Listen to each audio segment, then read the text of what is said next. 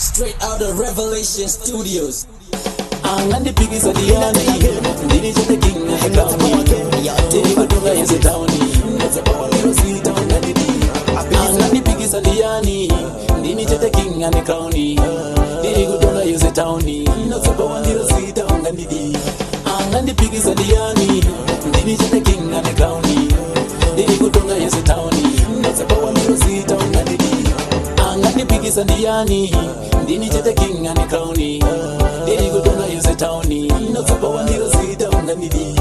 Kana watino anese mwiriputika ndasiona kuti vapana mavakurasika ari matisini anibopanika ndinotokanika samakanika chipinga ndini ndasimudza fleki stistora mari wisi mupeki angandipigisa ndiani ndiri chete king na kauni ndiri kutonga yese tauni nodzapawa ndiro sita ungandidi angandipigisa ndiani ndiri chete king na kauni ndiri kutonga yese tauni nodzapawa ndiro sita ungandidi kasa yose ndiri kuyitonga vose avagone vanotoporonga cheromanikalendi ndiri kuyitonga handitye hondo yemuseve nemapanga handitize hondo zaking lopengula kwandiri vakati ndoda kuvabvisira lobola vanoda zvigaro havagone kushaura handina zvinoyera nhasi ndazvifumura angandipigisa ndiani ndiri chete king na kauni ndiri kutonga yese tauni nodzapawa ndiro sita ungandidi angandipigisa ndiani ndiri chete king na kauni ndiri kutonga yese tauni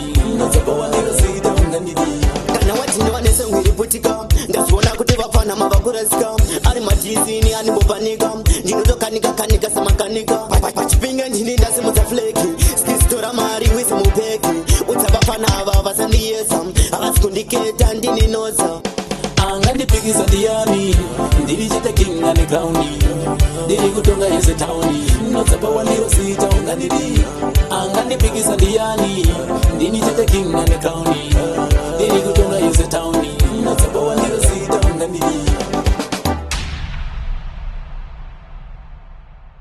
angandipigisa ndiani ndiri chete king na kauni ndiri kutonga yese tauni nodzapawa ndiro sita ungandidi angandipigisa ndiani ndiri chete king na kauni ndiri kutonga yese tauni nodzapawa ndiro sita ungandidi angandipigisa ndiani ndiri chete king na kauni ndiri kutonga yese tauni nodzapawa ndiro sita ungandidi angandipigisa ndiani ndiri chete king na kauni ndiri kutonga yese tauni nodzapawa ndiro sita ungandidi Revelation Music.